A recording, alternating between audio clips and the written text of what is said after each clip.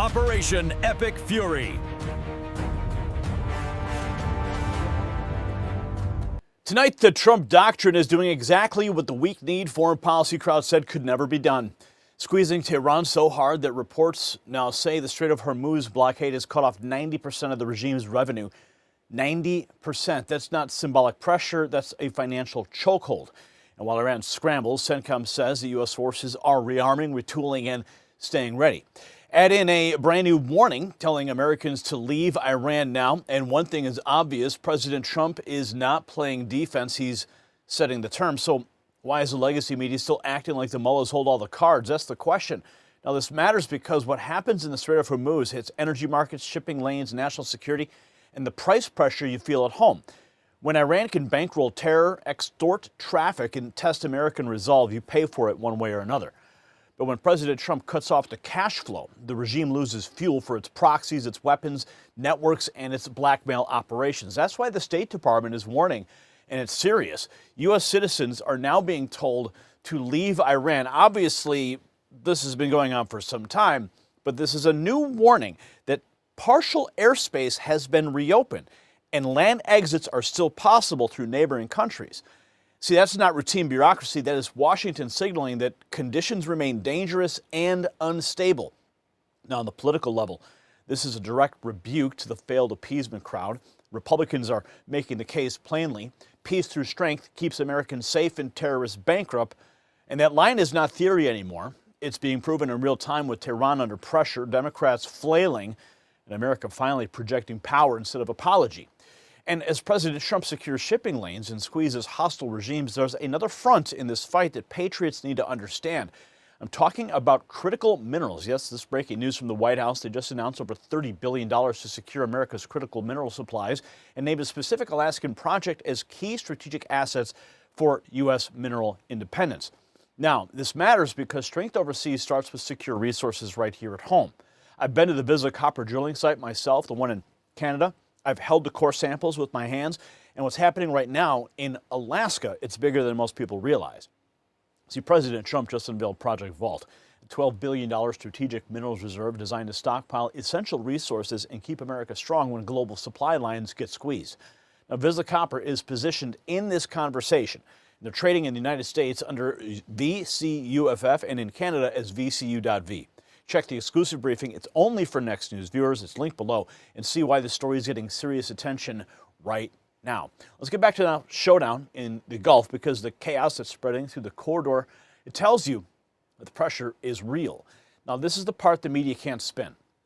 Shipping traffic in the region is getting so chaotic that one report says an Indian vessel trying to cross the Strait of Hormuz allegedly paid a $2 million toll, came under fire anyway, and was later told it had been scammed by another Indian.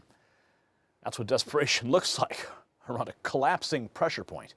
Tehran's orbit is not projecting control. It's breeding confusion, fraud, and danger on one of the world's most critical waterways. Let's take a look at what's going on now. Nothing shows the huge difference between Obama and Trump more clearly than this. Under Obama, the IRGC seized U.S. sailors at gunpoint, humiliated them on camera, then got a $1.7 billion cash days later. Who will ever forget these images that were directly from... Remember this? Remember that image? Who will ever forget that, right? That is what Barack Obama's appeasement led to. The absolute and total humiliation of our military. It's disgusting.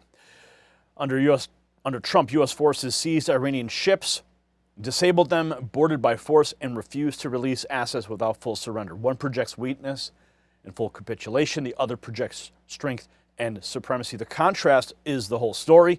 Obama paid off a hostile regime. Trump made it pay the price. And now the warning's getting real. This is from travel.gov. Iran, as of April 21, Iran's airspace has partially reopened. U.S. citizens should leave Iran now. Monitor local media for updates and consult with commercial carriers for additional information on flights out of Iran. Americans seeking to depart Iran may also depart land to Armenia, Azerbaijan, Turkey, Turkmenistan, and U.S. citizens should not travel to Afghanistan, Iraq, or the Pakistan-Iran border area. Be aware that the Iranian government may prevent U.S. citizens from departing or charge an exit fee for departures from Iran. And this is from the TravelGov. This is the official alert that was just posted for U.S. citizens abroad. So while Americans are being told to find a way out, the Pentagon is making clear this is not a paper ceasefire. CENTCOM says U.S. forces are rearming, retooling, and adjusting tactics right now.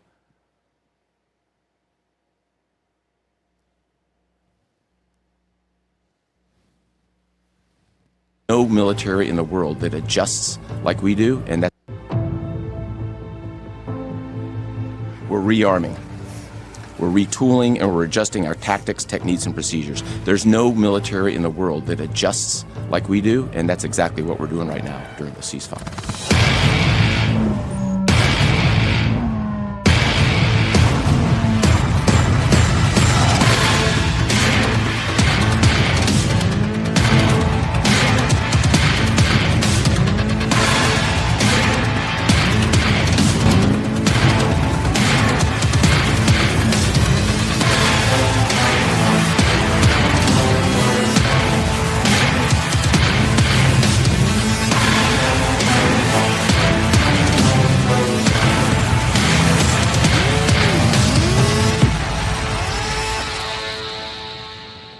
It's like a freaking movie trailer. But that is right out of U.S. Central Command. U.S. Central Command forces remain ready. Military is not backing off. It's sharpening its blade. Now Senate Republicans lay out the results in black and white. The naval blockade of the Strait of Hormuz has cut off 90% of Tehran's revenue. Peace through strength keeps Americans safe and terrorists bankrupt. And then we have this from... Is this going to load here? Maybe not. Okay, we'll just back out of that. But let me get back to, this is the audio that was sent by an Indian ship coming under fire trying to cross the Strait of Hormuz after allegedly paying a $2 million toll. It was later confirmed they were scammed by another Indian. I can't believe this. Okay, let's see. Dramatic scenes in the Strait of Hormuz, ships coming under fire as they try to transit the critical waterway. This audio shared with ABC News capturing a radio message sent by an Indian-flagged oil tanker. You are fucking, you bloody bastard bitch, you, bloody, fucking mother bloody fuck bitch, you bloody fuck you fucking bloody bastard. This can't be real. It cannot be real. Oh my goodness.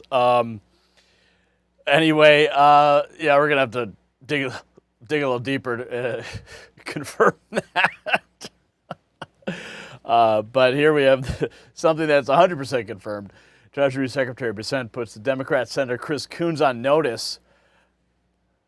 I wondered, Mr. Secretary, given that your department enforces sanctions, if you have a sense just how much Iran has gained through sanctions relief since the war began. I'll tell you, estimates are $14 billion. The $14 billion is a myth and unfortunately a DNC talking point that I've been subjected to many times.